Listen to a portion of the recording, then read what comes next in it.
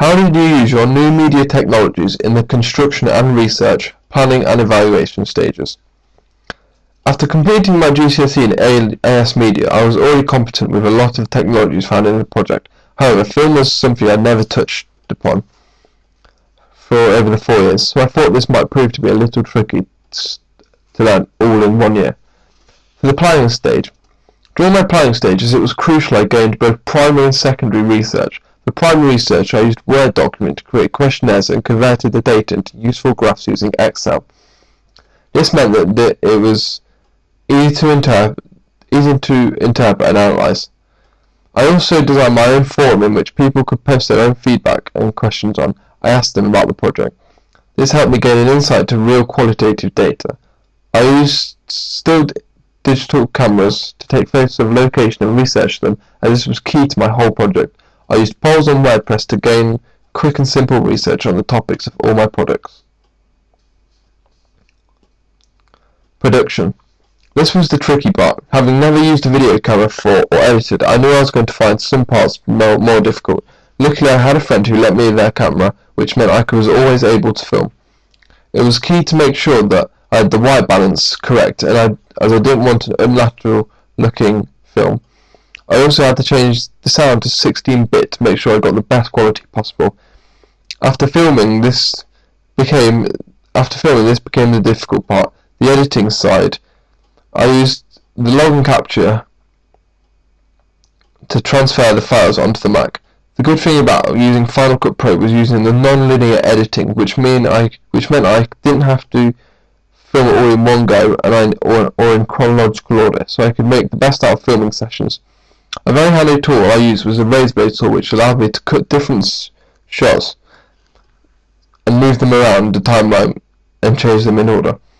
This was also helpful because I could choose exactly where to cut a certain sequence and make it accurate. After deciding what shots I wanted to keep and use, it was time to add the effects to them.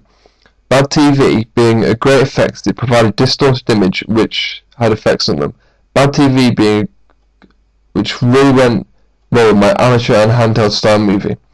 During this I could really decide on how much roll, for example, I wanted the effects to have. This was a very useful tool as I could just make it exactly how I wanted it.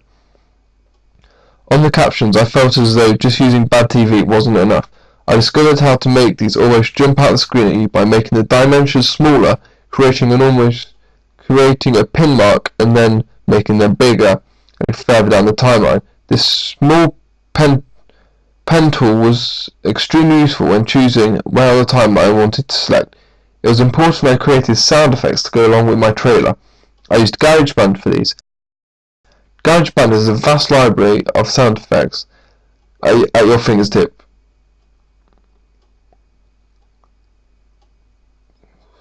For the most conventional for my genre.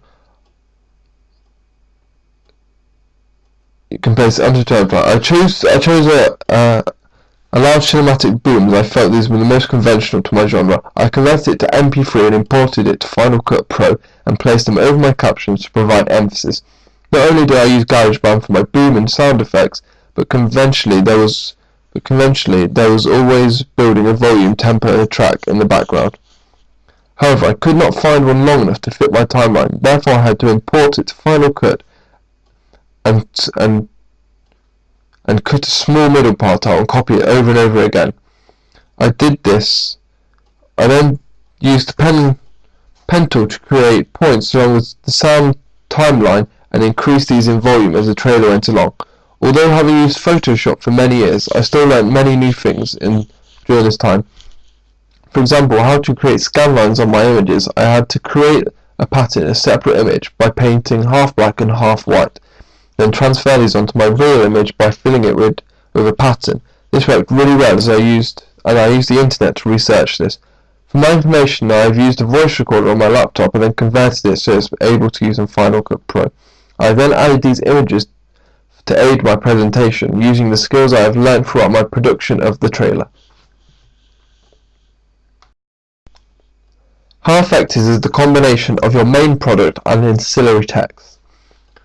It was important to keep the continuity throughout my media project similar, as this was one package and it had to be recognisable and all linked together. This was easy to do during the poster website as they were both print-based projects. During my website and poster, it was key I used the same colour schemes, fonts, images and titles. This can be seen through consistent use of the same font for my title using Tom Violence. During my analysis of websites and posters, all of them use consistent colour schemes throughout, so it was key I had to keep this conventional, using red, black and white, which was also conventional towards the genre I was creating. The images on both my poster and website were the same, as this helped me the image recognisable and shows continuity through the projects. Projecting these effectively into my main project was going to be harder, however. I did use captions using the same font as I found in the title of my poster and website, and did keep the same colour scheme throughout these. However, I don't think this is what makes the effective combination. The imagery used on the poster and the website is the most notable shot of the entire film. The bedroom scene. I think combining this throughout my project is a recognisable trait for the entire media package. The entire film is based on what lurks while you sleep, so what better way to use a shot like this to link throughout the cross-media package. The most effective part of the combination, I think, is the poster and the trailer. At the top of the poster is a paragraph explaining the narrative. It sets the story for an amateur-style footage film, and I think that's what this trailer delivers through specific camera shots and movements.